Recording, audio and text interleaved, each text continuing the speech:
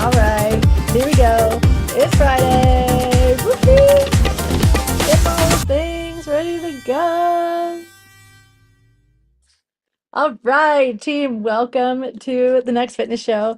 My name is Alexis Craig, and I am here with you live, or maybe you're catching this on the recording. Today is Friday. It's January 9th. We have an awesome show for you today. Today, we're going to talk about some hot takes fitness-wise, especially for January. This is a good time for some hot takes, January. Whoo, in the fitness world.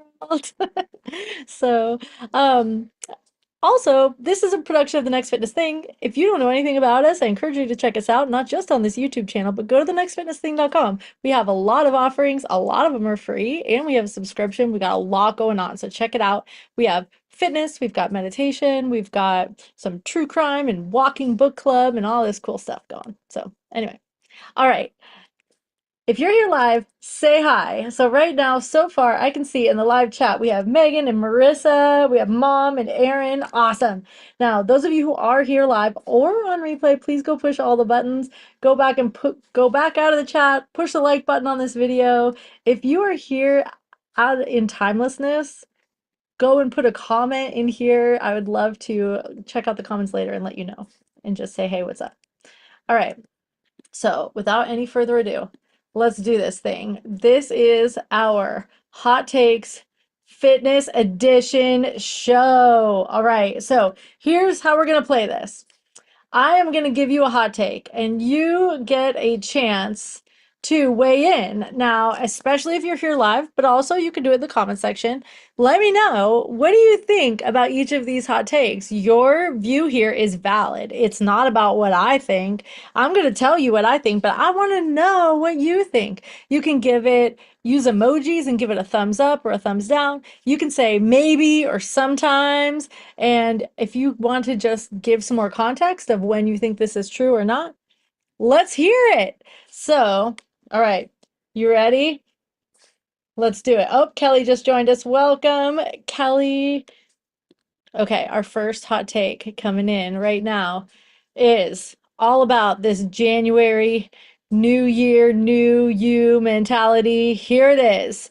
It is this hot take is that January is actually a terrible month to start an intense fitness program.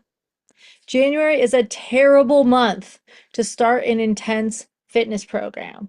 What do you think? What do you think? I would love to hear your perspective on this. Drop it. You can give it a thumbs up. You can give it a thumbs down. You could say maybe. You could just give me a reaction. Let me know. Let me know. Okay. Honestly, where I am with this, I am pretty much in agreement with this. Don't get me wrong. If you're already doing an intense fitness program, keep going in January. Absolutely, yes. And at the same time, January is one of the darkest times of the year. January is cold. On a natural level, our body is made to basically be hibernating at this time. It's this time of year where we are meant, like the sun is not out that much at this time of the year. We're meant to be sleeping more and we're meant to be kind of staying warm.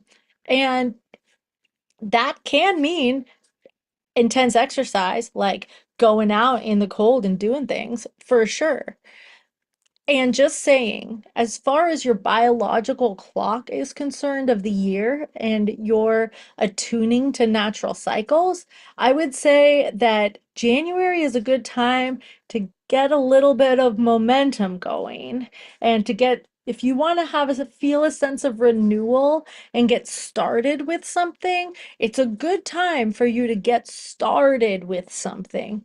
But it's not a good time to just jump straight in and go super extreme and change all the things at once and go on a diet and start exercising like crazy and think you're going to change all the things at the same time, it's probably not going to work out well for you. So that's my hot take on it. I'd love to hear yours. All right, what do we got coming in? Aaron says, no, it is too hard to jump in after the holidays. Slow and steady. Right. Especially after the holidays, right? Where you have not been in your routine. A lot of people, I would say for myself, during the holidays, it's really challenging to be in your normal routine. The world isn't on a normal routine for weeks. So to think that you can come back and like force this huge change within a routine is going to be make your life harder than it needs to be. What I would suggest with this would be take the beginning of January to really get back into your routines. So if you've been off and maybe you've had vacation or even you've just been dealing with the world being on vacation, get back into your routines for the first couple of weeks and get clear on what your intentions are. And then slow and steady, like what Aaron's saying here, slow and steady. Make it so that you're making some small changes and that you're really just doing a slow ramp into it instead of a full on jump into the deep end of the pool. That's what I suggest.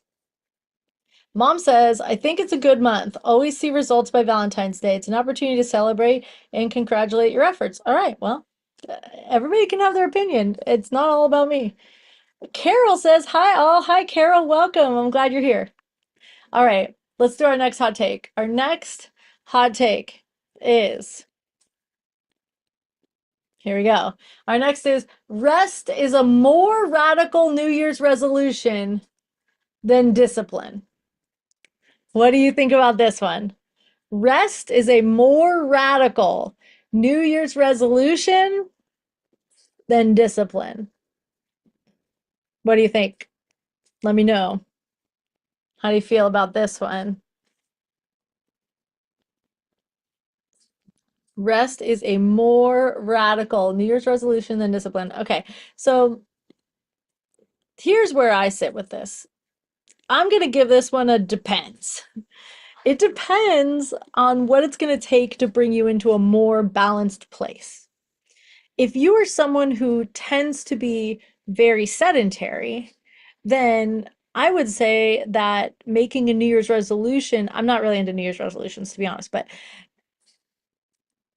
getting moving more and having discipline around getting moving is probably a good way to get into balance.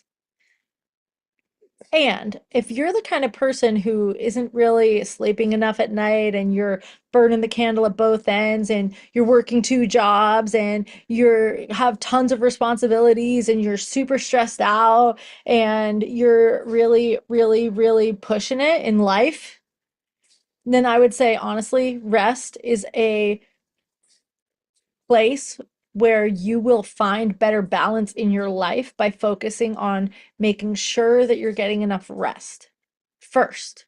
Before you start having discipline around exercising, I would honestly suggest focus on rest first and build a habit of, and maybe this is discipline for you. Maybe this is what discipline actually looks like for you, is to have some discipline around actually resting.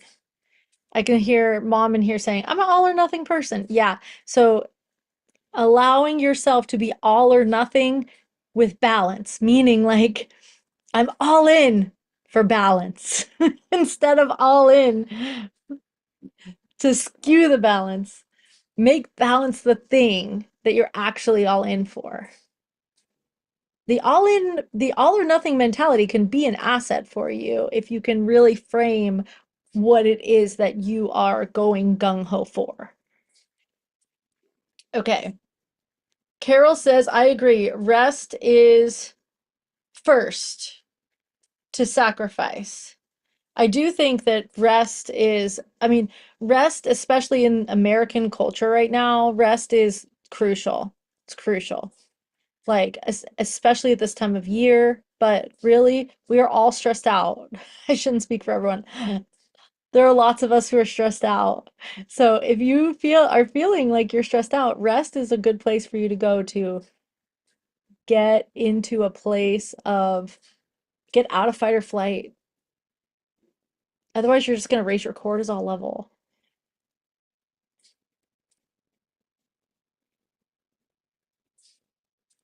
Okay, what else is happening? Aaron says, we are all so set and going and going and going and getting everything done and keep achieving. Yeah, exactly. Exactly. Exactly. It's like hustle, hustle, hustle, hustle, hustle. To what end? Seriously, to what end? Mom says rest has always meant lazy to me. Always work hard and long. Rest never an option. I have to work on it. Right. I can really feel that.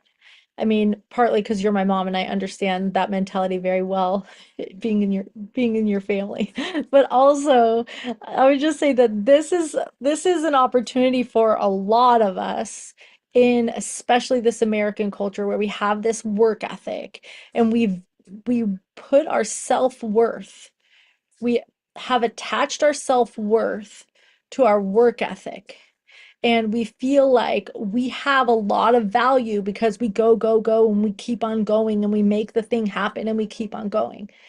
And there is value in that when that is needed. And over time, that is going to cause problems. So there are times where you may need to be able to access that hustle and, really utilize that. And what I'm saying is, if you can make balance the intention, then it's going to really help. It's also going to really help if you can allow for yourself to have a sense of self-worth outside of what you do. What you do is not define your value. And I understand that this piece runs really deep for a lot of people. So this is something for you to really sit with and journal on and reflect on because I don't think me saying it one time in a YouTube video is going to solve this problem, but just to really come to terms with like, where am I feeling like I only have value because of what I do rather than because I exist. Okay, let's go to the next one. All right. Mom says, I don't know where I learned this and propagate it with my children. I need to teach everyone balance now. I hope it's not too late. It's never too late. And I would just say that this is something that it's it's culturally ingrained for us, not just in our family. This is something that's like in American culture, culturally ingrained, especially in the working class. So and I would honestly say it's kind of like a slavery mentality of um needing to work to show that you have value to exist. And so where can you really value yourself and know that you have value in your existence without needing to like prove it? Okay, next one. Here we go. 20 minutes. This is our hot take. 20 minutes done consistently beats 60 minutes done occasionally. Oh man, I'm so guilty on this sometimes. Okay, how many of you can relate to this one? Where are you with this? 20 minutes done consistently beats 60 minutes done occasionally. How about you? What do you think? What do you think? I would just say the numbers here are not, it's not really about the numbers. I would say 10 minutes done consistently is probably better than 60 minutes done occasionally. Probably, but I don't think that it's completely easily quantifiable on this. But here's what I'm saying. The I would agree that the consistency is key, and that showing up consistently is what is going to really get you results, and it's going to be what's going to lean toward health and well-being. Aaron says yes. I like consistency versus long and hard. Now, of course, like having very challenging workouts sometimes or regularly is great.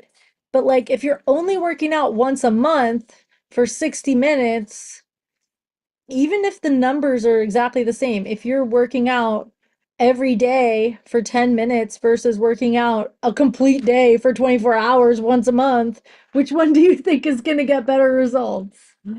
The consistency is key. It's your body adapts based on what you put your body through.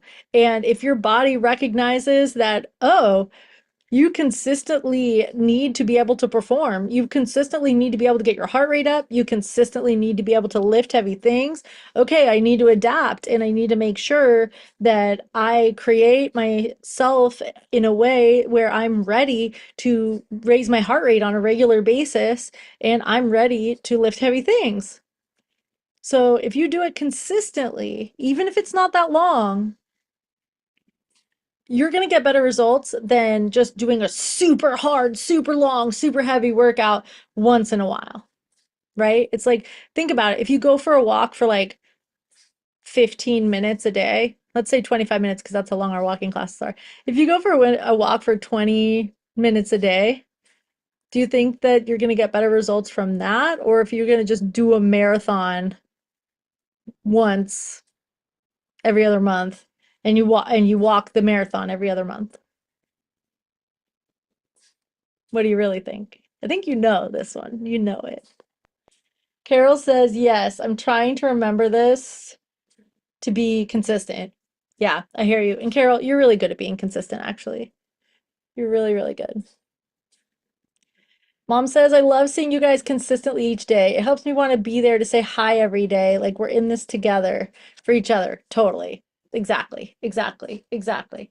Okay, so with that one, let's do this one. Hot take. Next hot take is community keeps people moving longer than goals. All right, I would say this one's actually probably a little controversial. Community keeps people moving longer than goals. Think about it for yourself. Does your goal keep you moving consistently for longer? Or does community keep you moving consistently for longer? What's real for you?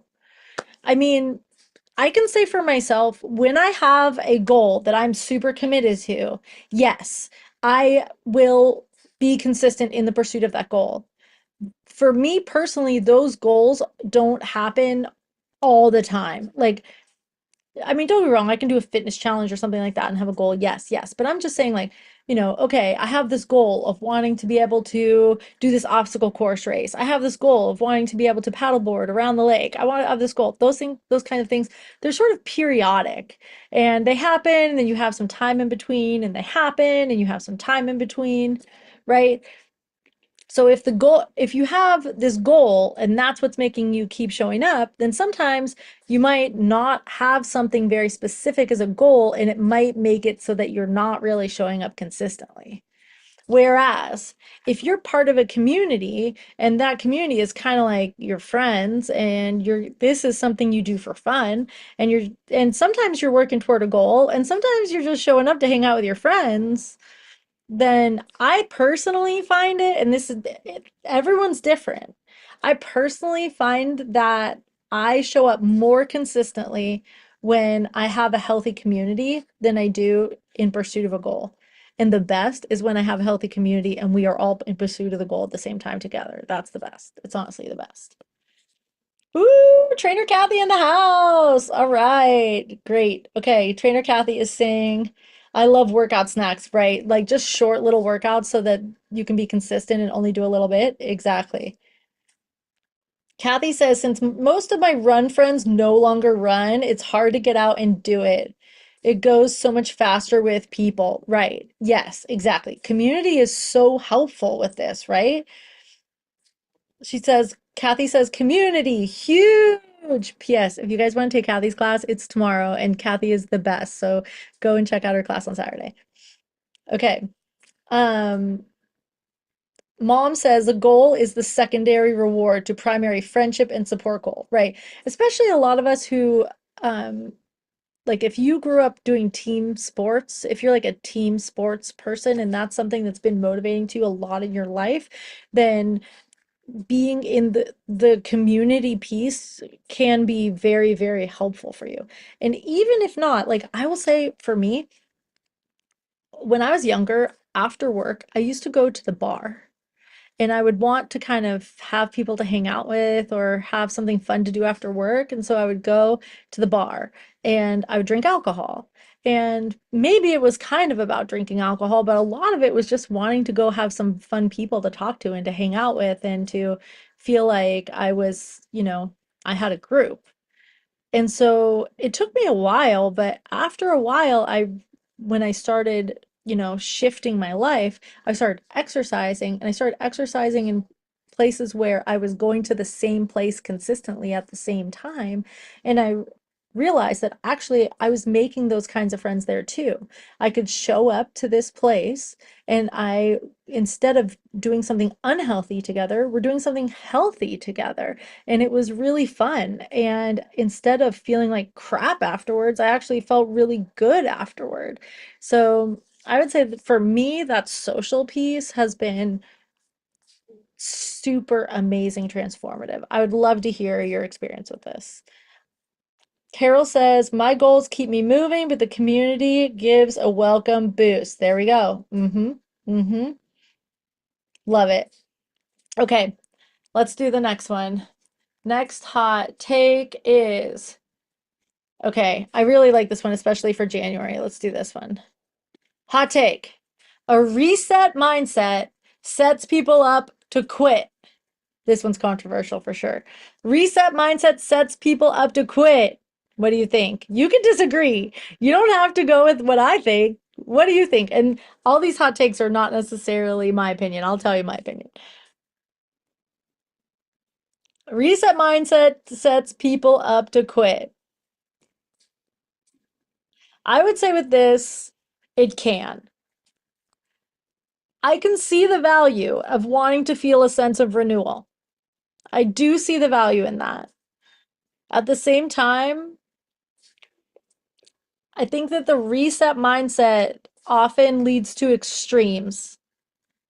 And if you are thinking that you're going to do a reset that's going to involve, okay, now I'm doing dry January and I am eating this perfect diet and I'm going to work out 6 days a week and I'm going to start journaling every day and I'm going to sleep 7 hours a night and like I'm resetting into the perfect life.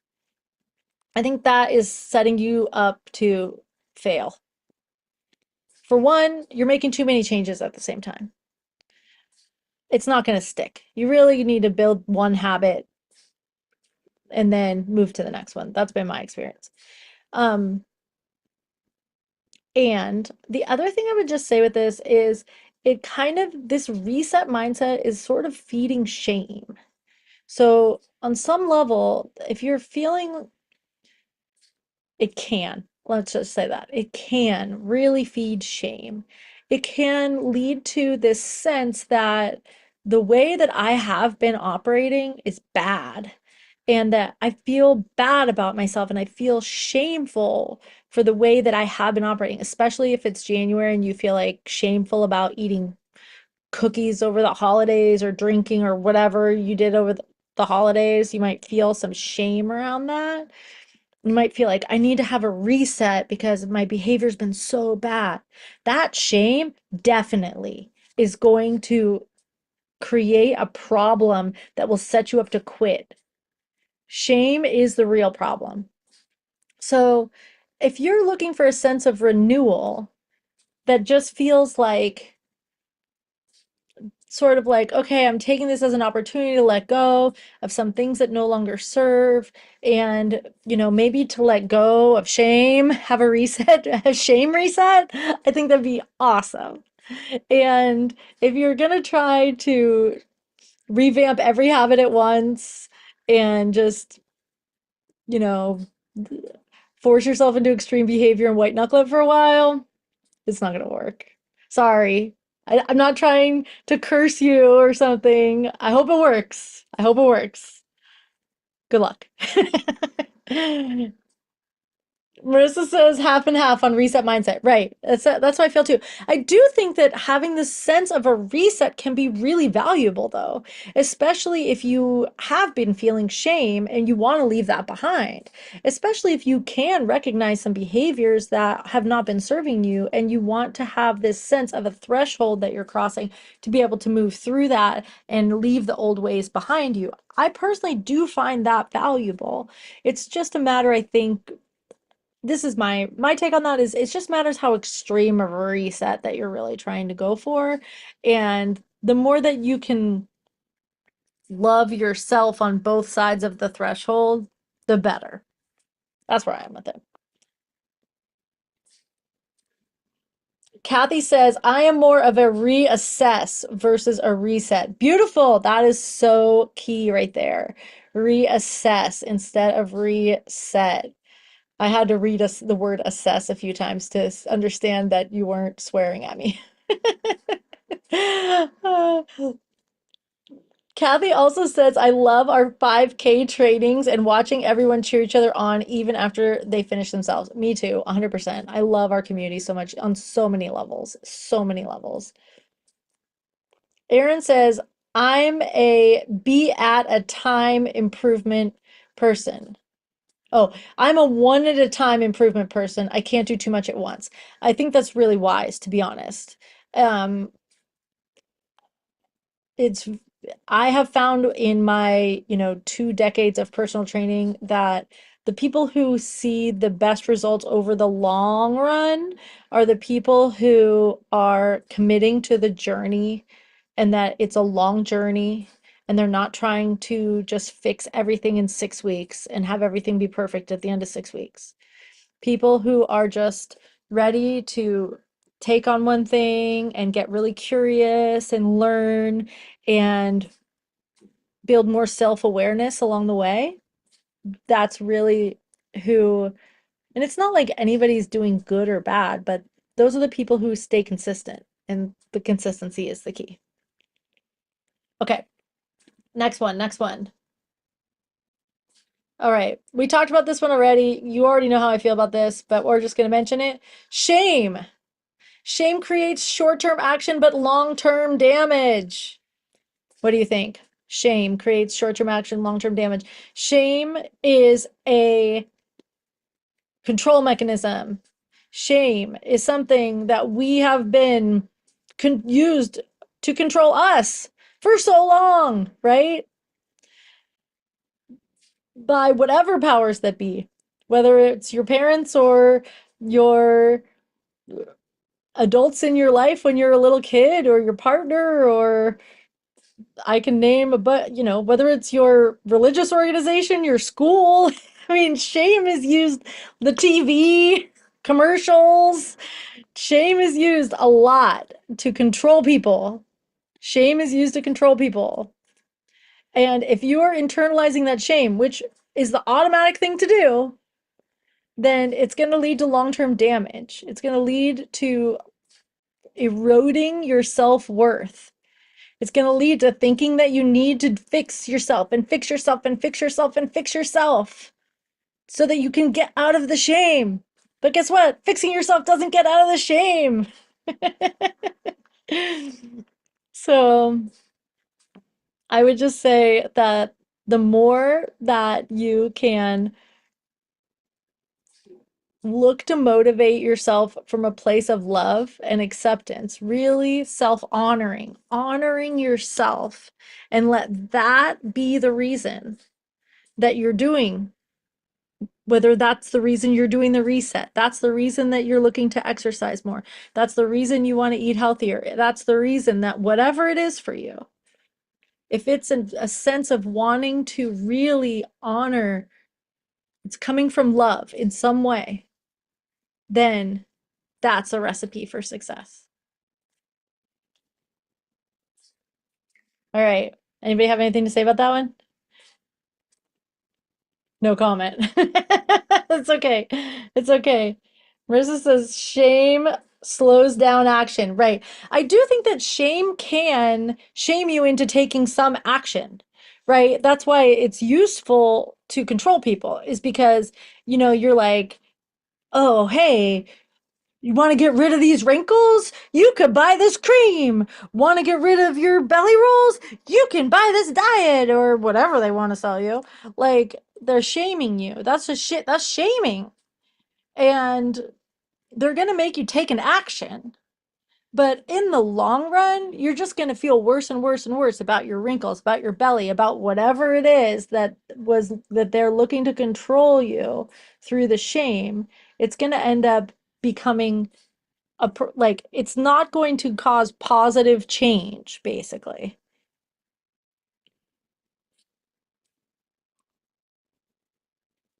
Mom says self-praise. I'm so good. Yes, yes, yes. I'm so good. Yay.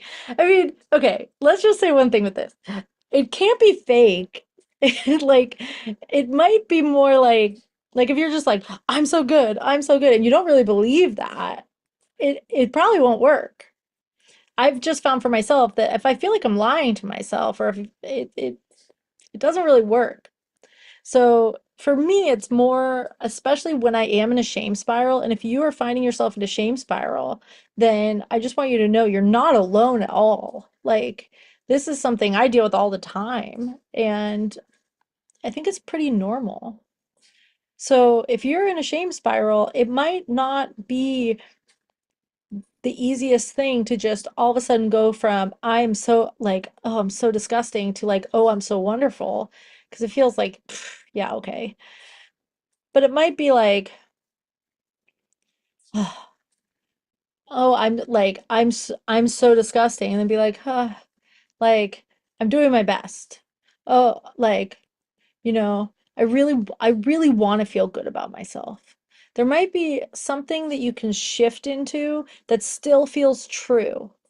Maybe just naming an intention. Like, my intention is absolute self-love. And I am here to learn to be able to do that as long as it takes. I'm here for it, even if I don't know how right now. So there may be some way to shift into something that still feels true.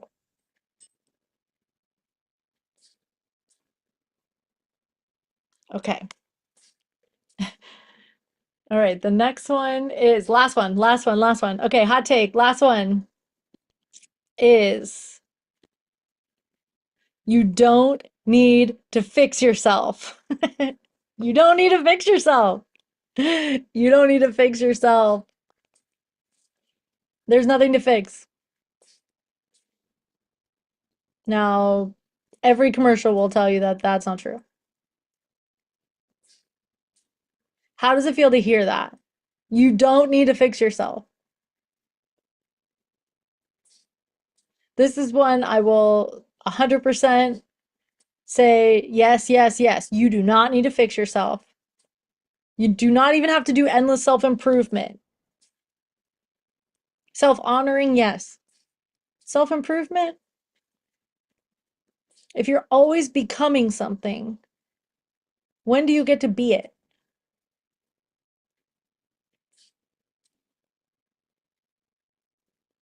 I would just say with this one, I think this is the concept of this is actually somewhat anti a lot of the values of our culture. So really feel what's real for you with this. I would say that I'm always going to have goals. I'm always going to have things that I want out of my life, and I'm always going to have things that I'd like to change or something. But really, it's when it's coming from a place of needing to fix myself, it's putting me back into that place of shame of letting what I already am not be okay.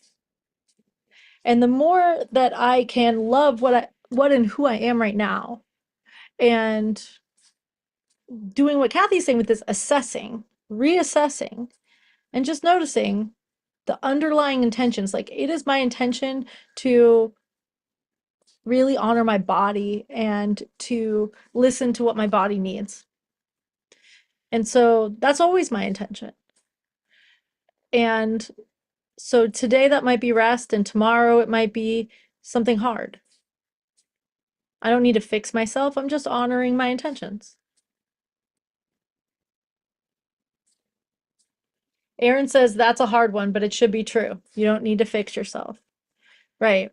Anywhere that you don't, this is what I would say with this. Anywhere you don't believe this, if you do not believe that you don't need to fix yourself, there's shame.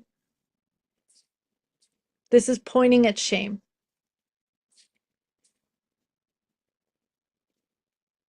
And then there's the whole piece of shaming yourself for shaming yourself. I'm the master of that one. So I'm not encouraging you to shame yourself for shaming yourself either. It's like inviting more self-compassion, inviting that, oh, I've been shaming myself around like putting sugary creamer in my coffee. I've been shaming myself for that. Oh, okay. Like, I'm just going to offer myself some compassion around this and a little bit of understanding, and, you know, and I'm going to reassess and see if that's still what I want to do. It's my intention to honor my body and to nourish it with, you know, and also to experience joy so I can reassess and decide what's right. Okay, these are our hot takes. So that brings us to the end of this segment. So what I want to just let you know is I hope that you enjoyed this. I really enjoy this one. And it's not really important to me that you agree with me. I don't feel like I have strong opinions on things. I always do. I always have strong opinions. And I love hearing yours. So if you have some strong opinions about this or whatever the case may be, or if you just find it entertaining to hear some riffing about this from your fellow teammates or from your trainers, then hot takes, not only here, but also in our brand new walking class, are a good place to do it. This class is called Hot Takes Walk. It's a 25-minute class. This class is every Wednesday in January. This is a brand new walking format we've never had before. Not all of the hot takes are fitness related. We just did fitness related today because this is the next fitness show. But some of them are just about random things that you might have a hot take about. So come to this class. It's offered at least 3 times during the day. And if that sounds fun to you, I hope to see you there. So check it out. Go to thenextfitnessthing.com. All right, cool. With that, we are moving on to our stretch break. The time has come for our stretch break. All right. P.S. Kathy's in here saying, woohoo, I love new formats. Yeah, me too. I love this is something that class is something Kathy and I kind of brainstormed together. I love new formats. Some of you were actually in the Hot Takes Walk this past week. We had it for the first time a couple of days ago. So thank you for those of you who were there for our first attempt. I thought it was really fun, actually. Okay, you ready for stretch break? Let's do it. Our stretch break today is roll down. Now this is Veronica here in this video. You can do this seated, you can do this standing. This is something you could really do anytime. And this is an invitation to articulate your spine. So you tuck your chin and roll down one vertebra at a time until you get to a forward fold. And then bend your knees, tuck your tail, and roll back up. Your head is the first thing on the way down. And your head is the last thing on the way up. So you're picturing the energy pouring down toward the ground. And then you picture your vertebrae stacking, stacking, stacking, stacking, stacking, stacking, stacking on the way up. Okay. How do you feel about this one? This is one of my favorites. I love doing this move. I always incorporate this whenever I'm teaching yoga just because I love doing it. Oh, nice. Brandon's in here. Hi, Brandon. And if you're here right now, I encourage you to do it. So tuck your chin, roll down. Even if you're seated, you might not make it all the way down, but even if you're just using your head, neck, and shoulders, you can still do a roll down and a roll up. Nice. This one is super beneficial for spinal mobility, especially if you've been sitting down a lot, especially if you have been really not moving. And if you have back pain or back stiffness, this is a great one for you. Great for early morning when you first get up, great for before bed, great for before you do any movements, a great warm-up exercise. Anyway, this is the roll down. Kathy says, my spine always loves this one. And she says that you did this in Tuesday's Yoga 25 class. Nice. Okay, love it, love it. All right, well, and with that, we are moving on to our move of the week. Woohoo! We got the move of the week. Okay, the move of the week. This week, I have 3 different versions in here to show you. The move of the week this week is plank shoulder taps. So let's see, I'm a little behind on the logistics right here. Let's do it. We're going to switch this to plank shoulder taps. Okay, so here's the first version right here. This is Mary Beth. She is showing you plank shoulder taps. Now, you're in the plank position. I think this is the easiest if you do the plank on your hands, but if you need to do forearms, you could. You can also use an elevated surface. So if you want to put your hands on the wall or the counter or the bench, wherever you need to make it so that you can access the plank. Now, I want you to really notice the weight shift that's going on. Mary Beth is touching her right hand to her left shoulder and her left hand to her right shoulder. You can kind of see her weight shifting back and forth as she does this. That's really the key to this move, is that weight transfer. You want to be able to transfer your weight from side to side without letting your hips rock from side to side. That's the most challenging part, is without letting your hips. So, okay, let's look at some other folks doing the same move right here. So right now we have Wayne. This is Wayne doing the plank shoulder tap. Now you can really see Wayne, you can see his hips. Do you see how his hips, from this angle, you can tell that his hips want to rock from side to side. They want to, but he is doing his best to not allow the hips to rock from side to side. That's really where the work is. It's not so much about touching your hand to your shoulder. I'm not going to say that's easy. It's not easy for everyone. But the point of this is that you're resisting rotation. Resisting rotation is key to keeping your spine stable. So on the other move, when we did the move of the week, we were working on spinal mobility. Now we're working on spinal stability. Let's look at one more version here. This is Rosie. Rosie is down in the grass. And you can see how Rosie is kind of shifting more from side to side. Her butt kind of tilts to one side, her shoulders tilt to one side. And that's because Rosie is maybe struggling a little bit. Now, okay, let's go back and look at all these one more time.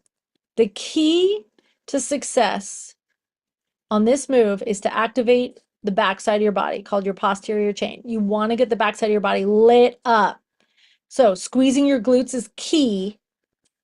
You got to make sure your plank stays solid, so you're not sticking your butt in the air. Mary Beth is maybe sticking her butt in the air a little bit. Maybe it's just her hip alignment. But you can see that Mary Beth is really pushing back into her heels. Pushing back into your heels is the key. If you struggle to keep your hips from rocking from side to side, focus on pushing more back into your heels. Okay, let's look at Wayne again. Here's Wayne. you can see Wayne's feet are totally active. He's spreading his toes, he's spreading his fingers. He is really, really lit up. It's not just like casually like rock and touch and rock and touch. It's like my muscles are all turned on and I'm just like, right? Very, very active in the plank. Super active in the plank. All right, let's look at Rosie doing this one more time. Here's Rosie. Yep. And what I can see with Rosie, the feet wider is easier. Okay. Now, all three of these people have had the feet wide because this move is, I'm not going to say impossible with feet together, but you're just going to rock a lot from side to side. So I would suggest feet wider is easier. And as you get more and more competent at not rocking from side to side with the feet wide, then you move your feet closer, closer, closer, closer, closer. Okay, Kathy is saying, is he pushing against the wall with his heels to help for Wayne? I don't know. Do you think he is? I hope not. I mean, I think that might be cheating, but I actually think, I'm not sure it would be, I'm not sure if that would really help, but his heels are definitely close to the wall. I'm not sure, but maybe. We should ask him. Anyway, okay. This move comes up in class, in our classes all the time. This move is super beneficial. If you haven't tried it, I encourage you to try it. It's great for core. It's great for spinal stability. It's great for balance. And I would honestly, if you're going to be doing any kind of rotational training where you're actually doing a rotation, like if you're going to be doing X chops or Russian twist, or if you're going to be hitting a golf ball, or tennis or pickleball, then this kind of move is a really, really good choice for building some stability into rotation for your spine so that you're less likely to get injured by doing those rotational exercises. Okay, moving on. Okay, now it is time for announcements. So our first announcement, Mom says he's using the wall. Maybe. I don't, I mean, I can't say. I can't say. Maybe he is. All right. Somebody go try using the wall and tell me if it's actually easier. I don't know if it is. Might be. Okay. Our first announcement is the January Jumpstart Challenge is underway. All right, we're not quite a week in. We're on day 5 right now. This is a 28-day challenge. So if you have not joined this, I still encourage you to join. It's free to join. You can join this. Now, I don't want you to get the wrong idea when I say it's free to join. If you don't have a membership, you're not going to be able to take all the classes without the membership, but there's so many pieces of this challenge. You're going to be able to take some of those classes without the membership. You can also get a trial membership and then you can take a bunch of the classes with that. And then there's also 4 ways to get points. So if you check this out, 1 point is for doing the workout. 1 point is for posting a photo or video on Instagram or Facebook, stories, and tag the next fitness thing. I don't think anyone has done this yet. If you have posted on your story and tagged us, you should tell me, send me a DM because I have not seen any. I've seen some people posting in our private Facebook group. That does not count for the point, just saying. It counts. You can post there. Got no problem posting there. But I'm just saying that's not how you get this point. You get the point by posting on your story publicly and tagging us. Okay, you also get 1 point by replying to our Discord prompt. So our Discord server has been blowing up. I'm going to talk a little bit more about that in a minute. And you get 1 point in this challenge by posting on the Discord. You don't have to be a member to be in the Discord. So if you join the challenge, you get invited to the Discord. And then you also get 1 point by liking and commenting on any of our YouTube videos. They don't have to be current YouTube videos. They can be old. And this video counts. This video right now counts. So like and comment on this video and you get a point in your challenge. Nice. Aaron says, going to do it soon. Okay, post on story. Great. Awesome. Cool. So the other thing I just want to point out with this challenge, especially for those of you who are already in it, is this is a checklist challenge. So you don't have to do, this isn't meant to be do this on this day, do this on this day.